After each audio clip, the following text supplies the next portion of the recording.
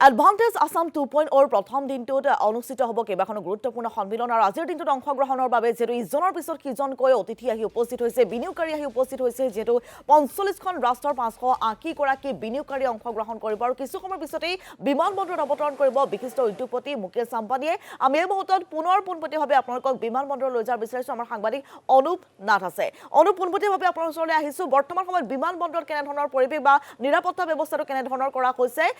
কিমান খবৰ পিছত উপস্থিত হ'ব বিশিষ্ট উদ্যোগপতি গৰাকী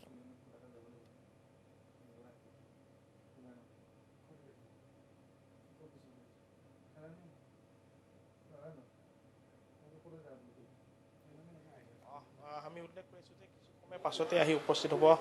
বিশিষ্ট উদ্যোগপতি অৰ্থাৎ ৰিলায়েন্স গ্ৰুপৰ যিগৰাকী অধ্যক্ষ মুকেশ বিৰুভাই আম্বানী আহি উপস্থিত হ'ব কিছু সময় ইতিমধ্যে যিহেতু তেওঁ যিখন বিমান সেই বিমান অৱতৰণ কৰিছে গুৱাহাটী লোকপ্ৰিয় গোপীনাথ বৰদলৈ বিমানবন্দৰত আৰু বৰ্তমান দেখাই আছোঁ যে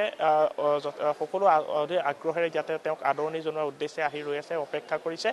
বা ভিতৰৰ পৰা তেওঁ কিছু সময় পাছতে ওলাই আহিব বাহিৰলৈ আৰু তাৰ পাছতেই বিশেষ এখন বাহনৰ দ্বাৰা তেওঁ ৰাওনা হ'ব খানাপাৰাৰ এডভান্টেজ আসাম 2.0 যি কাৰ্যসূচী সেই কাৰ্যসূচীত ভাগ ল'ব উপস্থিত থাকিব নৰেন্দ্ৰ মোদী উপস্থিত থাকিব জয়শংকৰৰ সৈতে বহুকেইগৰাকী যিহেতু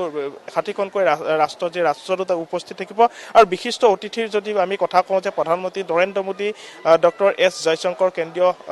বৈদেশিক মন্ত্ৰী লক্ষ্মণ প্ৰসাদ আচাৰ্য ৰাজ্যপাল অসমৰ আৰু কনৰাড চাংমা মুখ্যমন্ত্ৰী মেঘালয় মানিক সাহা মুখ্যমন্ত্ৰী ত্ৰিপুৰা সৰ্বানন্দ সোণোৱাল কেন্দ্ৰীয় মন্ত্ৰী আৰু অসমৰ প্ৰাক্তন মুখ্যমন্ত্ৰী সৰ্বানন্দ সোণোৱাল আহি উপস্থিত থাকিব সেই অনুষ্ঠানত আৰু কিছু সময় পাছতেই যিহেতু মুকেশ বিৰুভাই আম্বানী ৰাওনা হ'ব